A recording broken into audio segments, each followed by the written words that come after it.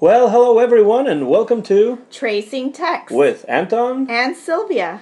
coming to you from deep in the heart of the state of Tennessee. Yes, and today we are recording our podcast number 9. Anton is going to be discussing Emilio Carrere's La Torre de los Siete Jorobados, or the Tower of the Seven Hunchbacks. So, let's start out by talking a little bit about the author and who he is, a little bit about his biography. Well, I think it's important to know a little bit about his biography because he's not a very well-known writer these days. Not much has been written about him, even though he was incredibly popular in the first, let's say about 40 years of the 20th century. Emilio Carrere was born and also died in Madrid. He lived there all his life. He was born in 1881 and passed away in 1947. And he is one of the foremost representatives of the Bohemian writers and artists who lived and worked in the city of Madrid in the early to the mid 20th century. And why do you say that he isn't as well known? Can you tell us why? Well, there are several reasons for that. I think that one of the reasons why he's underrated and why he's forgotten today may be that he concentrated on writing popular literature. He wasn't trying to write high-class, high-culture So he was a bestseller. He was more of a bestseller type, that's true. And that might be one of the reasons why. And he was also extremely popular. So, Right. he definitely was one of the best sellers of the era.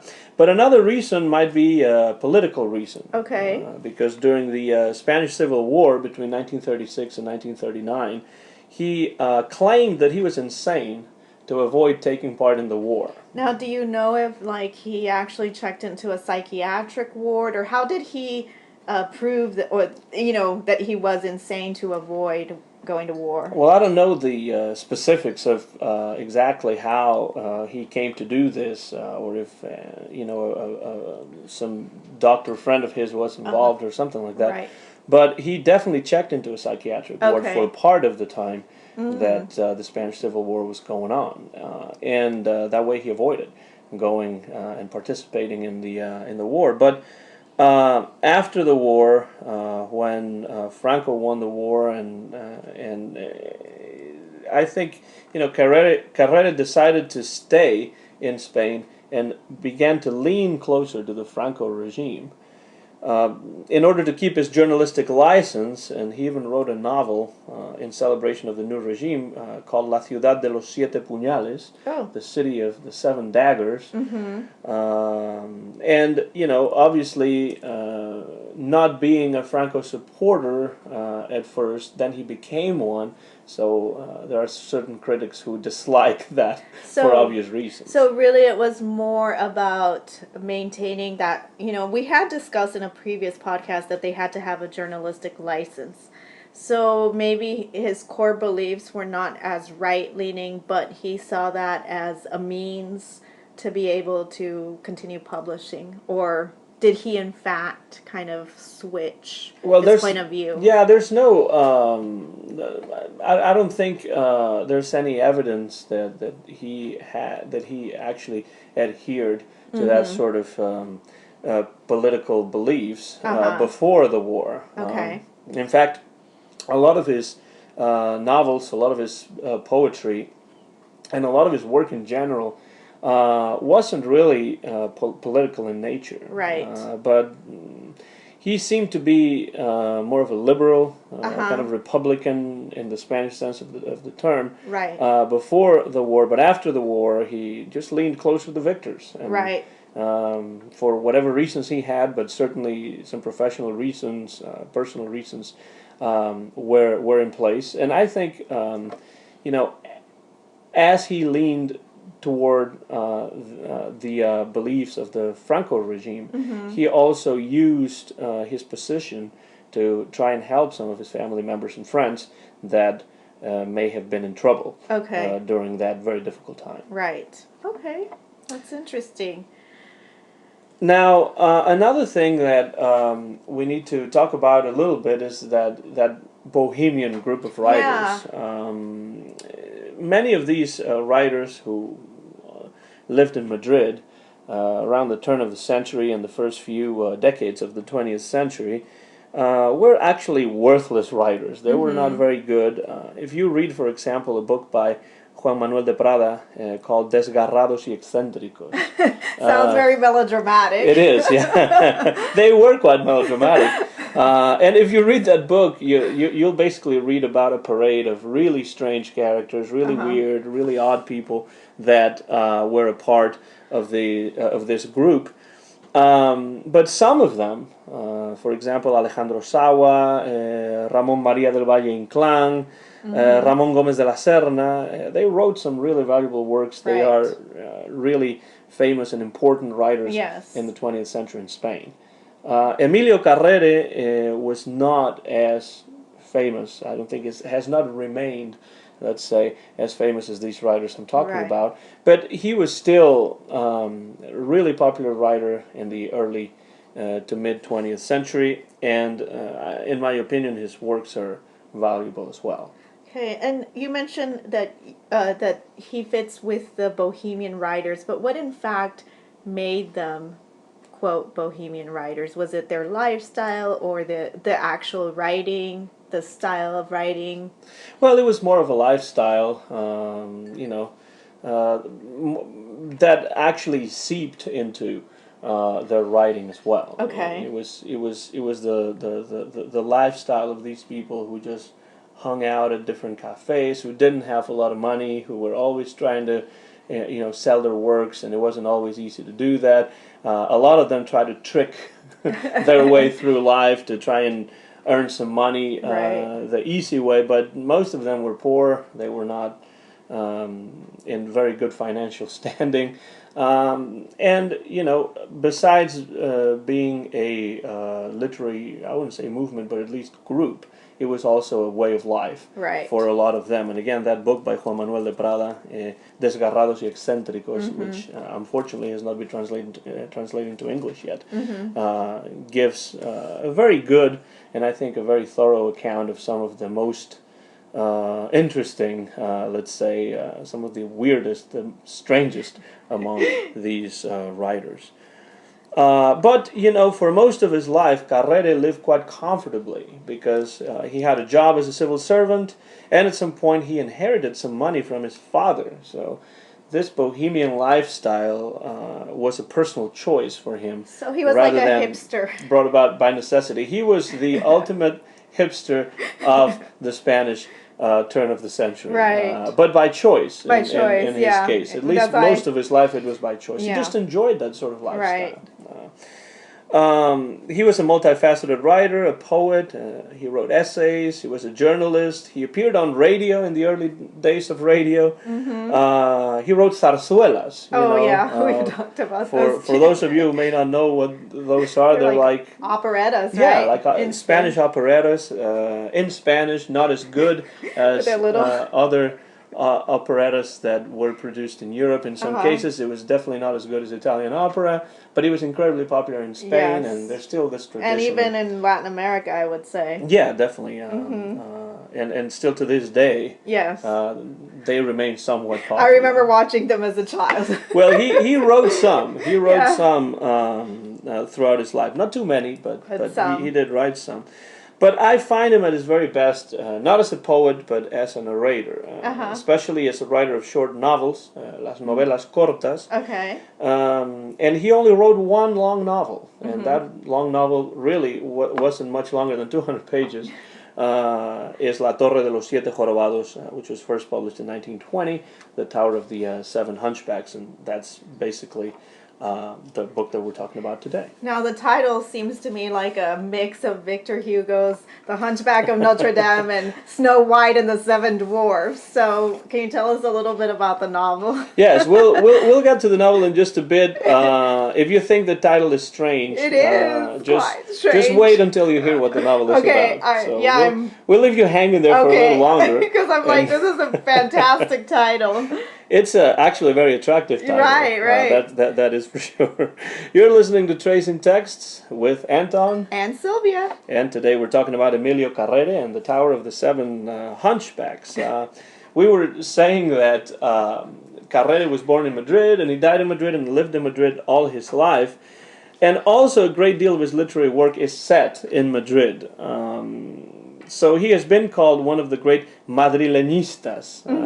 That means writers who take the city of Madrid as their main subject matter. And he does that in most of his short novels, including The Tower of the Seven Hunchbacks. They're actually set in Madrid. What he did throughout his life, he loved to walk around the city of Madrid. He spent tons of time in its cafes, discussing literature, discussing art, having coffee with friends, and writing his works in the cafes themselves. Pretty much like we're doing now, since you're having your tea there and you have your coffee. Some coffee. Yeah, a little bit like Carrere. Exactly. It's a little bit of a tribute to Emilio Carrere. And since you were asking about the Bohemian lifestyle, a sizable number of his works actually deal with the Bohemian lifestyle, and they're set in cafes, and they feature artists as its main protagonists. They focus on low-life characters many times, poor artists, thieves, pimps,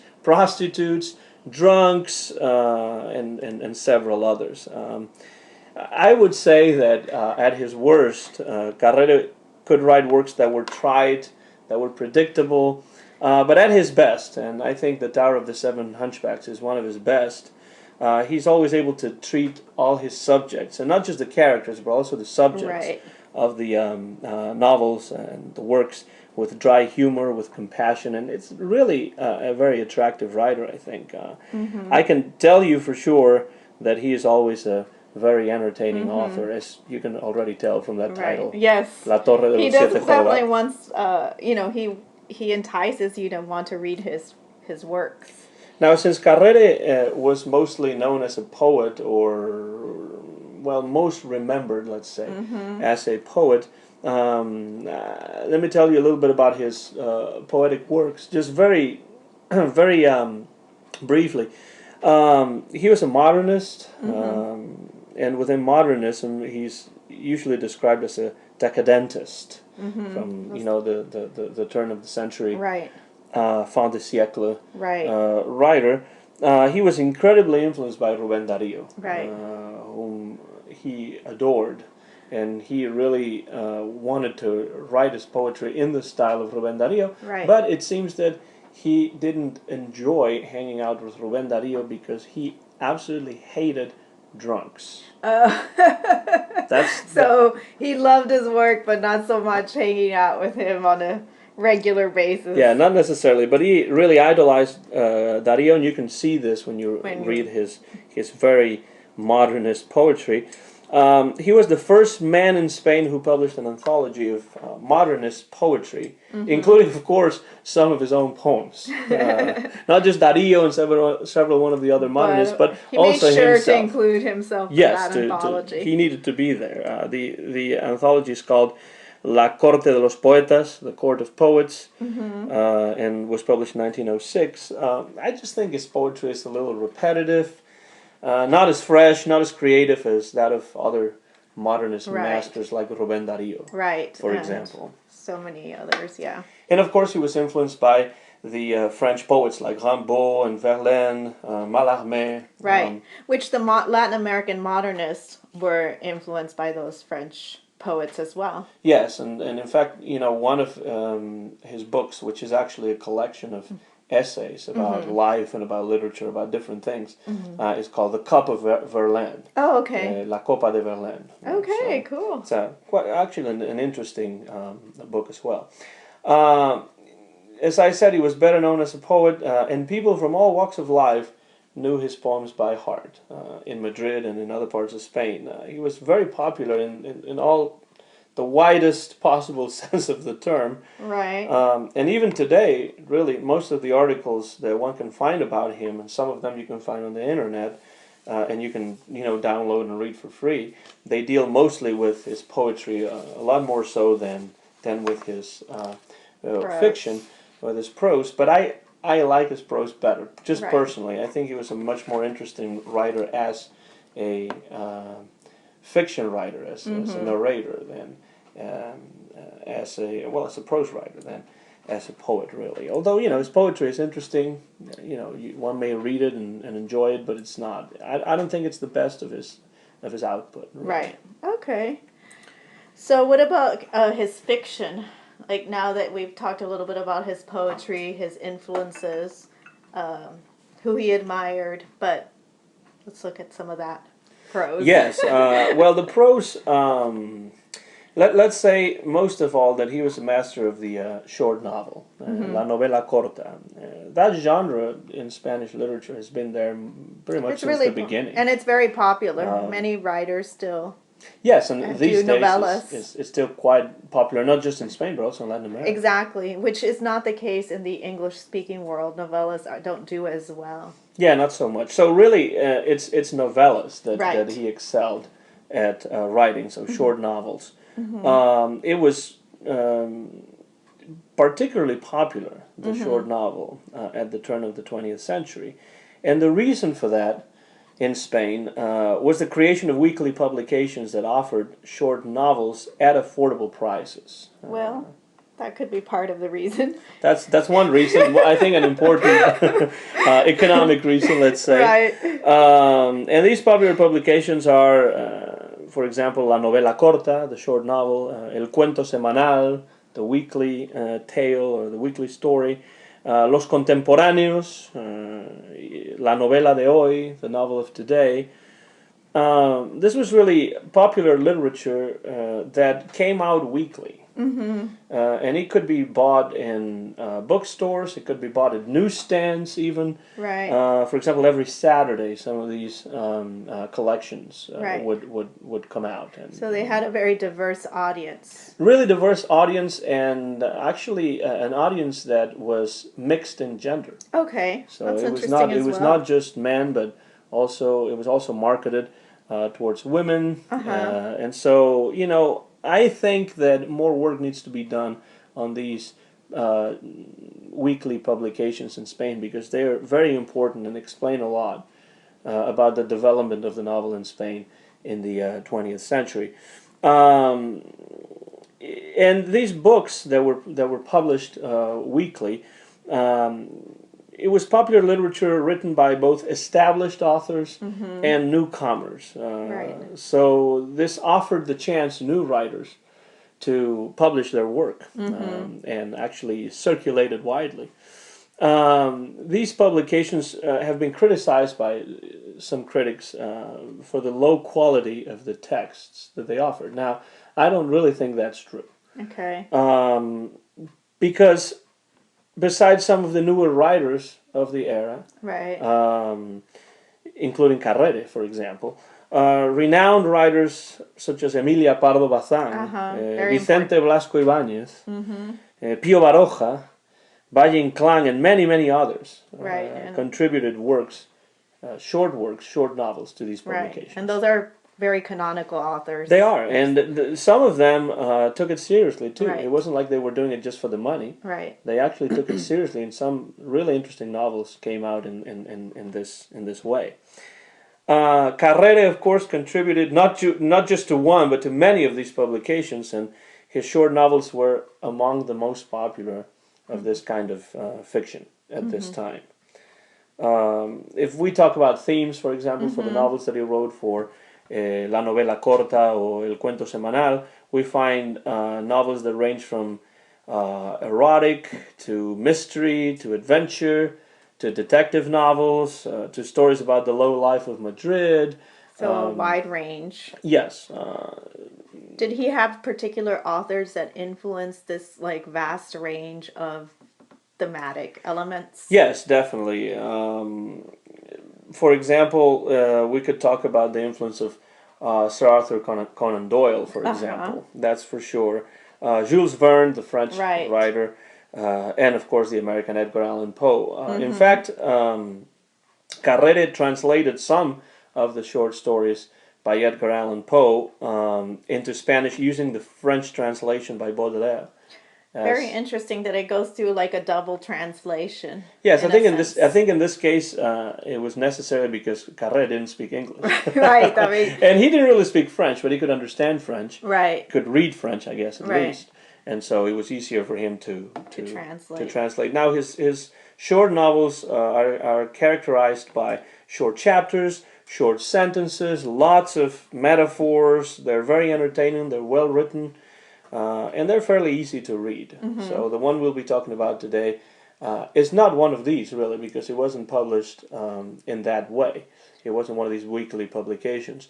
But it's also fairly easy to read, and even though La Torre de los Siete Jorobados has not really been translated into English as far as I know, it's fairly easy to read, I think, for advanced students of Spanish. Right. I mean, it seems really ideal for our students and for, 21st century students. So... Yes, because they're short novels, a lot of them, and a lot of them have a lot of action to them, and they're interesting not just because of the themes or the topics, but also because of the plot. Right.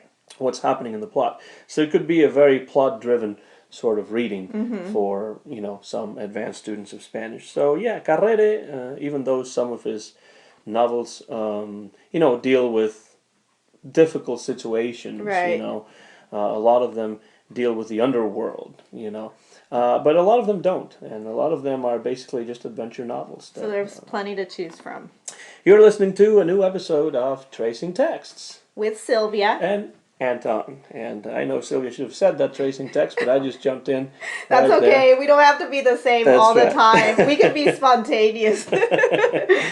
Now, let's talk about something very interesting about Carrere, which was his understanding of literature. Okay, so tell me about that. He understood literature as a sort of business. Okay. And in that way, he often republished the same texts with very few alterations and with different titles. Now, that sounds very, like, if we were talking about plagiarism, this would be a big no-no in the academic world and also the publishing world in general. So how did he manage to do this without... repercussions, shall we say? Well, fortunately, he wasn't an academic. Good. So that's a good start there. And, some critics have talked about self-plagiarism because he wasn't necessarily plagiarizing the novels of other people. Although sometimes he would get ideas from novels that he read by somebody else. But still. But it was often his own novels. But still, that's kind of seen as a no-no, isn't it? Yes, that's right. But in this case... it's even hard to even call it self-plagiarism because what he's doing is he's presenting exactly the same text. He's not even with a different title. He's not really doing anything except changing nothing different. So sometimes he didn't even bother to make any changes at all. He simply switched the titles, but the text was exactly the same. Sometimes just minor changes. Sometimes he would add a chapter or two. He would use a previously published short story and he would add some chapters. And all of a sudden, voila, you have a short novel. So yeah, there was a lot of self-plagiarism, as some of these critics have noted. And he would also republish, listen to this, several novels in one volume and presented them as unpublished. That's very clever. But they had been published previously. Right. So, as a result, Carrere is usually known as El Maestro del Refrito, which means the master of not refried beans. That's what it makes me think of, like but refried text. Mexican refried beans. Refried novels. And that makes his works really difficult to catalog because sometimes you have several titles for the same novel or several titles for a novel that is basically the same with a few minor changes here and there. Right. So that he basically would make a new anthology of his own work. That's right. It's a pretty I think the postmodernist would love this sort of thing. Right? I mean, it's an interesting way, like an analysis would be a very interesting analysis of how he does this. But actually, he didn't do it for any reason other than making money. So there's no deep reason. He's not trying to prove anything. He was just trying to make a buck. Okay. And that's basically what he's doing. He didn't feel either, any sort of remorse regarding this practice of republishing, because in a letter, I have here a quote that I've translated into English of a letter, in which he claims that this is actually an honest practice. And why is that, Anton? Tell us what he says. This is a good example of the kind of person that Emilio Carrere was. This kind of man that I really would have loved to meet, and spend, an afternoon or a whole night. He loved being out at night. So all it would night. be great chatting with him, I would having love coffee with to him, have some coffee or have a beer or something. and chat with him. So this is how he justifies this practice of republication. He says, songwriters make money every time one of their songs is sung. And we, meaning the writers, are only paid once when we sell something we write. We should receive royalties every time someone reads one of our poems, novels, or articles. Until we reach this sort of agreement, I will republish anything I want. And then he adds, it's just a matter of changing titles. Well, he does have a point there, because maybe not every time a song is sung, but every time they play a song in the radio, there is a royalty associated with that. So to some extent, I can see where he's coming from.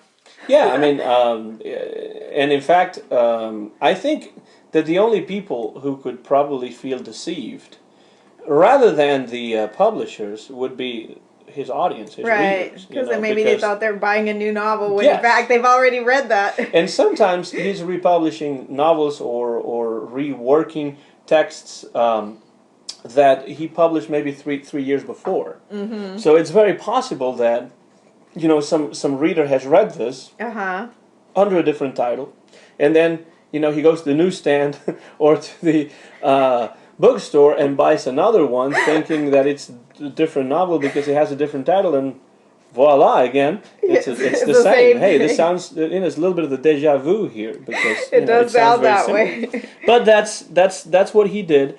It doesn't make him a less interesting writer or author for doing that. It's simply something, let's say, rather odd that he used to do. Now, you said that the critics looked at this negatively, but his audience, his readers, did they ever write to him or complain, I bought this novel and then I buy another one that thinking is something totally different and it's not, or... Well, I really have not been able to find any evidence of that. Mm-hmm. I'm still obviously working on Emilio Carrere. He's a writer I've liked for a long time, since I first read the Tower of the Seven Hunchbacks.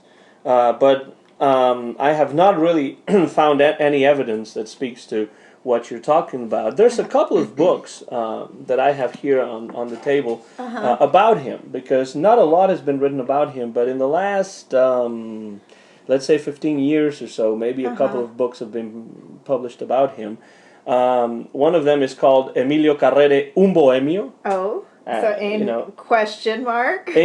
Question mark, wondering if he really was a bohemian or not, because of what we talked about before. He was not so truly a bohemian. It was just his life, what he chose to, how he manifested himself to the world. That's right, and one wonders why is this particular of Carrere alone and not the others who are the true bohemians. Right. Because actually throughout his life he was seen as the bohemian to end all bohemians, by a lot of his audience, but he himself disliked sometimes the bohemians, and sometimes he liked them. So it's hard to tell what if he really thought of himself as a bohemian or not. He probably did part of the time, but maybe not all of the time. That book, Emilio Carrere, Un Bohemio, is by Jaime Alvarez Sanchez, who lives in Móstoles, near Madrid. And he's a teacher at high school there, as far as I know.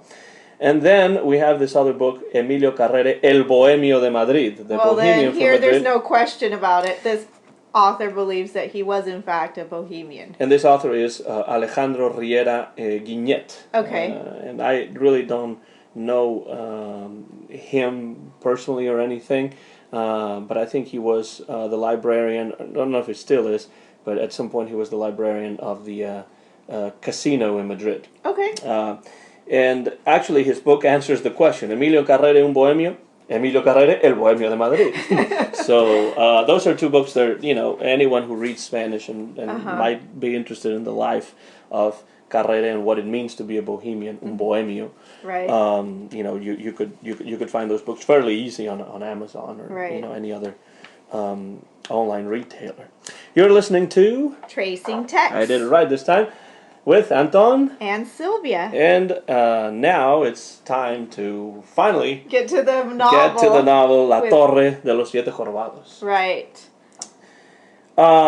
It's a novel that Carrere wrote or published in 1920. Okay. But it has a very interesting story behind the composition and the publication of this novel.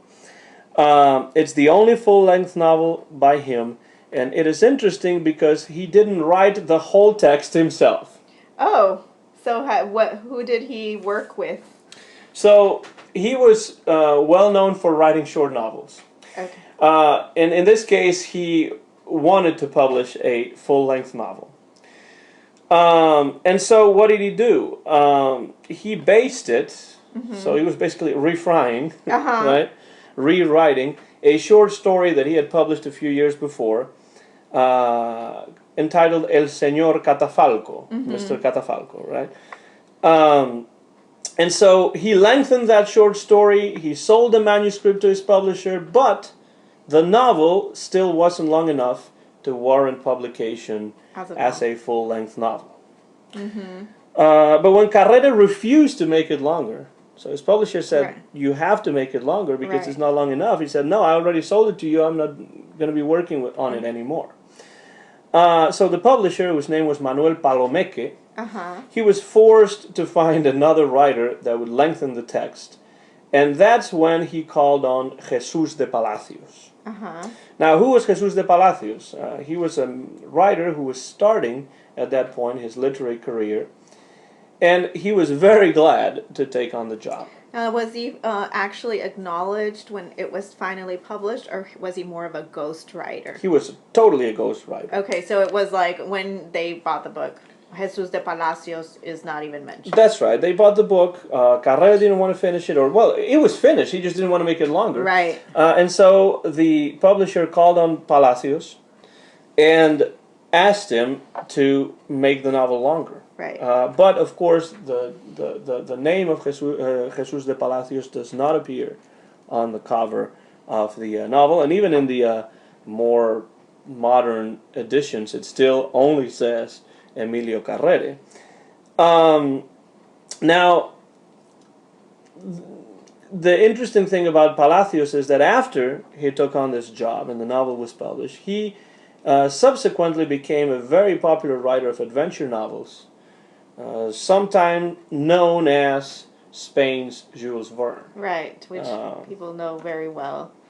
And he often signed his works with a pseudonym, that of Capitan Sirius, or Captain Sirius. Sounds like Star Trek-y to me. Yeah, it's a little strange, but he often did this.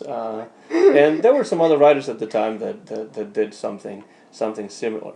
Now, it was once thought that Palacios wrote about 50% of the Tower of the Seven Hunchbacks.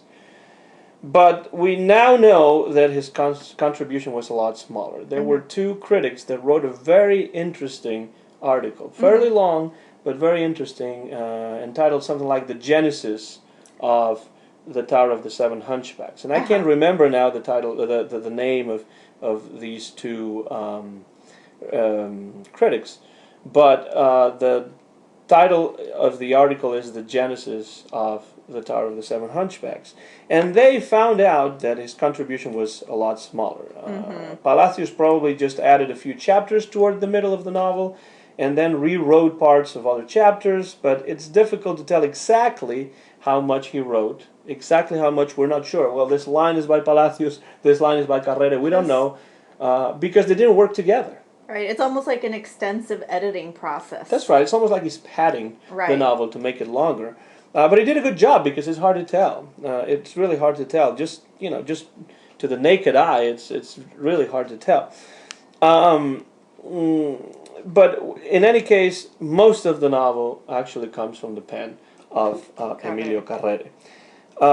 It became one of the most popular titles ever written by Emilio Carrere. It was reissued several times throughout his life. But incredibly enough, despite the success it had, And the fact, we will talk about this to end the episode, that there was a film later on made about the novel. There are not too many modern editions of La Torre de los Siete Jorobados. Right now I can think of maybe 2 or 3. That's it. In the last 30 years, maybe. Is it something that students are required to read maybe in high school or university? It's just because it's still, there is sufficient interest where there are some editions out there that are being published. There are some, there was particularly one critic who was very interested because he was a big fan of his literature, and he was really interested in republishing a lot of his short novels and short stories, and also La Torre de los Siete Jorobados, and his name was actually Jesus Palacios. Not Jesus de Palacios, but just Jesus Palacios. That's right, exactly.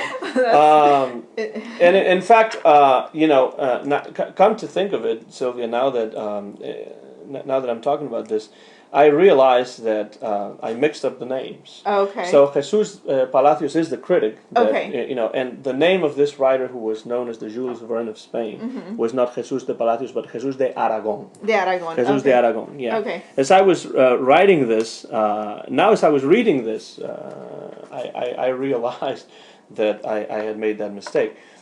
Jesus de Aragon is the writer that padded the novel. Okay. But Jesus de Palacios, or Jesus Palacios, is the writer or the critic who has been republishing some of the novels by Carrere. A lot of them since the mid to late 90s up to now. So I'm sorry about that. It's not really Jesus de Palacios that helped write this novel. His name was Jesus de Aragon. Right. Okay. And Jesus de Aragon is Captain Sirius, and he is the man who was known as the Spanish Jules Verne at the time, but who didn't publish any novels after the Spanish Civil War. Oh, interestingly. Right. So, anyway. So what kind of genre would you categorize this novel as?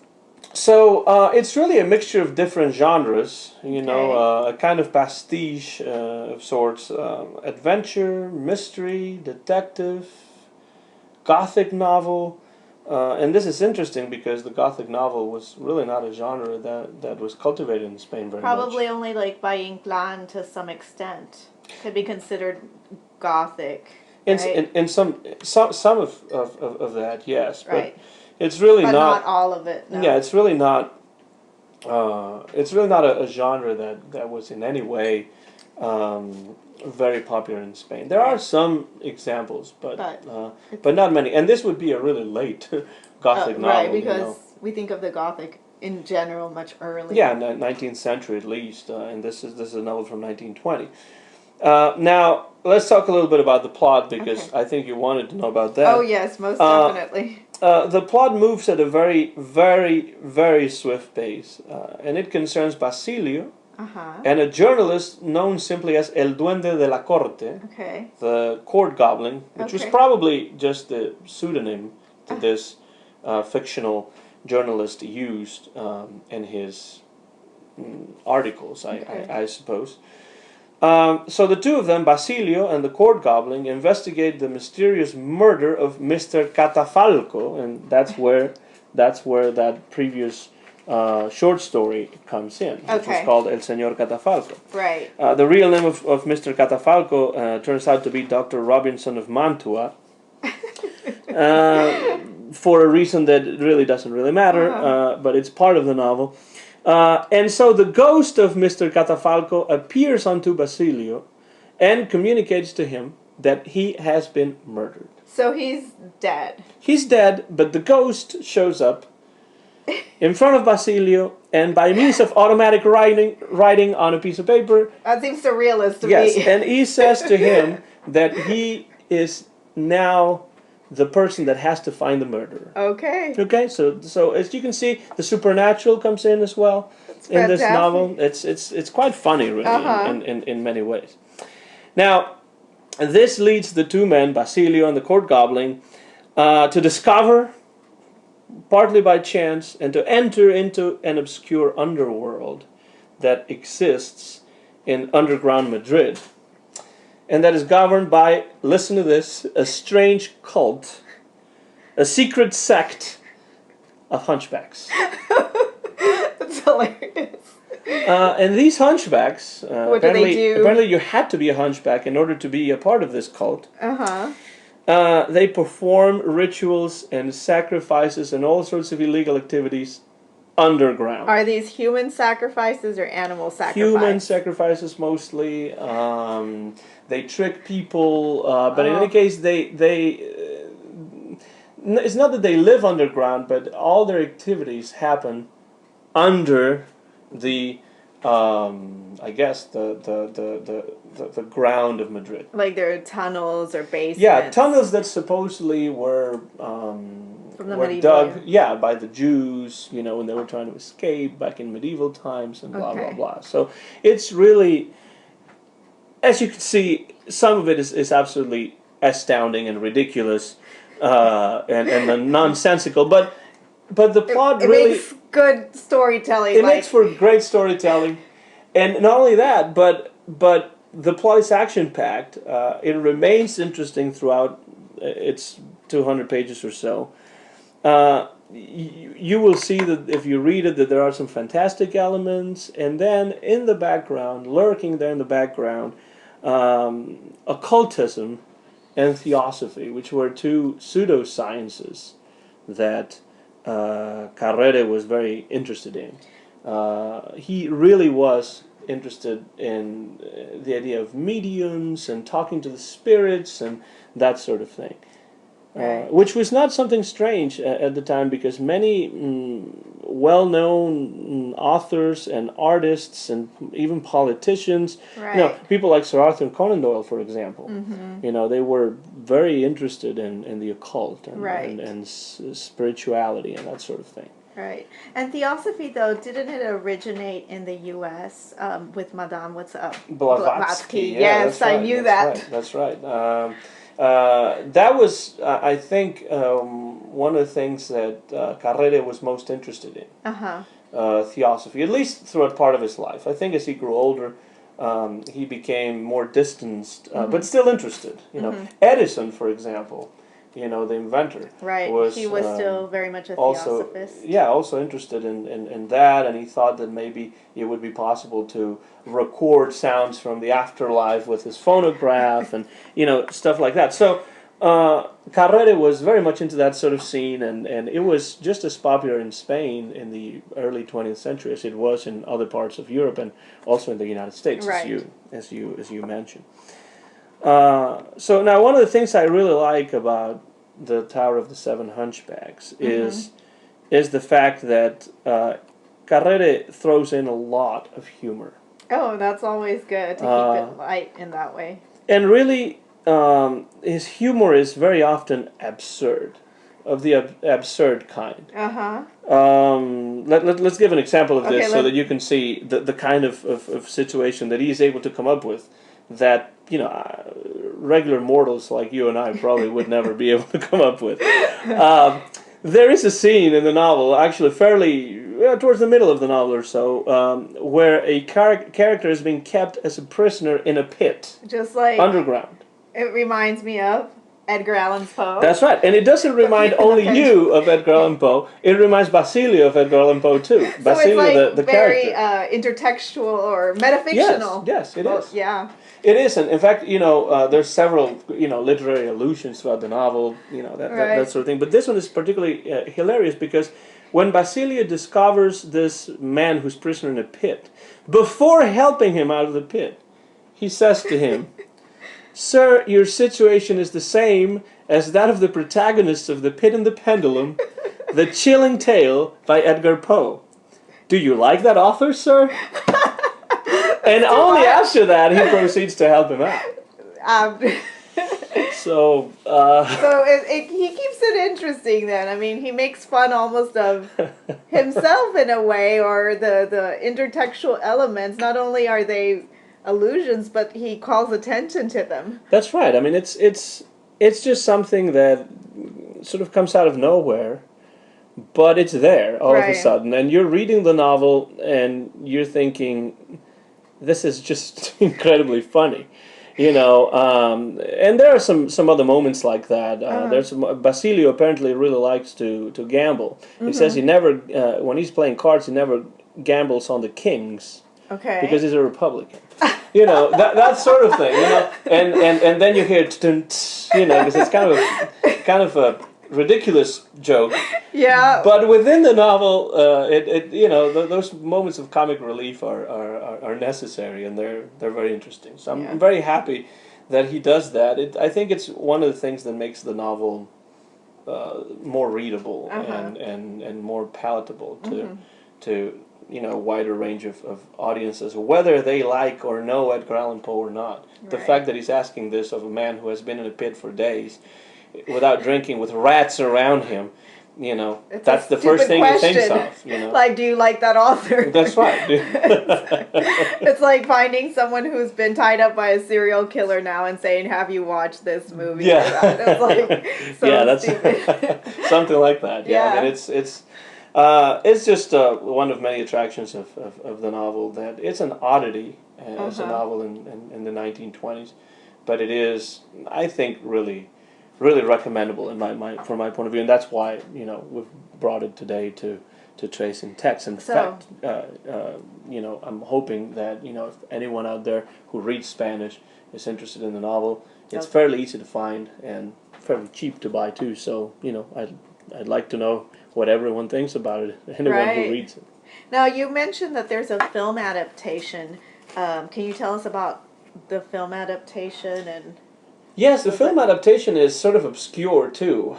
Just like the novel has become quite obscure, so is the film adaptation, which was made in 1944, so about 24 years after the original publication of the novel, and it was made by the Spanish writer and filmmaker Edgar Neville, who really was interested in the novel and decided to make an adaptation. I'm not really sure if Emilio Carrere collaborated with Edgar Neville on the script or not, although there are pictures of the two of them together that have survived. Okay. I think it's one of the least known movies in the history of Spanish cinema. It was well received by critics at the time, and even today there are some film critics that consider it a masterpiece of Spanish fantasy cinema. Well, that's too bad that it's so obscure now. Yes, and I can't tell. Have you watched it? No, unfortunately I haven't had a chance to watch it because it's not easy to find on DVD. Okay. Most of the people that I've talked to who have actually watched it, they watch it on TV because it was shown on Spanish TV at some point. But I have never had the chance to watch it. I hope to watch it at some point someday, because based on what I've read about it, it seems at least an interesting movie. Right. And of course, it has the same title as the book. But due to the censorship of the Franco regime, Neville had to eliminate any supernatural elements from the film. So the whole theosophy, all of that part. I guess he was considered not Catholic enough. I'm not sure. Definitely not Catholic. Well, but as a result, the movie apparently, and I say apparently because I haven't seen it, doesn't have the modern feel that the novel does. Right. It's not that the novel is incredibly modern. When you read it, it kind of jumps at you like it's very modern. But definitely it has those elements. Yes. Right, and they're taken out. So in some ways, it's simplified to a certain extent, or cleaned up from any of those maybe more subversive things that the Francoist regime doesn't like. Yes, I suppose that's what it was. But at least it's a film that's there somewhere, and that hopefully we'll get to or I'll get to watch. Yeah. At some point, and that film adaptation goes back to the year of 1944, and so if you ever get a chance to watch it, I would love to watch it actually. Jump at the chance, because you may not get another chance. Haven't so been if able I'm in to. Spain and it's on TV, it's a must watch. I would say so. Yeah, that's absolutely for sure. And I think, Sylvia, with this we get to the end of a rather lengthy episode of Tracing Text with Anton and Sylvia. And we were talking today about Emilio Carrere and having coffee and tea along the way because, as you can hear the clinking of the cups. cups there, in tribute to this fairly obscure writer from the city of Madrid in Spain. Now, Sylvia, next episode is going to be our 10th episode of Tracing Text. It's a special occasion, so what are we going to be talking about? Well, I have been working on or talking about various femme fatales in literature, and I had 2 Mexican authors previously, but I'm going to talk about a Spanish author. Her name is Ana Maria Moix, a Catalan writer, and I am going to be looking at her novella, not a short story, not a novel. So again, we're looking at a slightly, it's kind of a not too long work, and it's called Las Virtudes Peligrosas. Okay, well, so the dangerous virtues, and it's a novella I really like, and I hope to share some of my observations with you all. Now, this episode of Tracing Text will be available on Podomatic and iTunes, that you can not only download and listen to, but you can subscribe. So whenever we have a new episode, it'll automatically download to your phone, and you can listen to it, whenever you like. It's a great thing to have. And it will also be available on YouTube. You can also you always post that as well. Yeah, that's right. And do we have a way to get in touch with us in case anybody in the audience would like to let us know anything? Right. If you have questions or comments that we welcome, you can email us at tracingtext@gmail.com, and that's lowercase tracingtext@gmail.com. Well, thank you so much, Sylvia. I had a great time talking about Emilio Carrere. And I learned a lot about Emilio Carrere. And I apologize for messing up the name of the person that batted the work. It's Jesus de Aragon, like the region. Not Jesus. That's right, like the region in northeastern Spain. That's right. So thank you so much for listening. And I guess until next time. We'll be back here on Tracing Text, signing off from... Deep in the heart of... the state of Tennessee.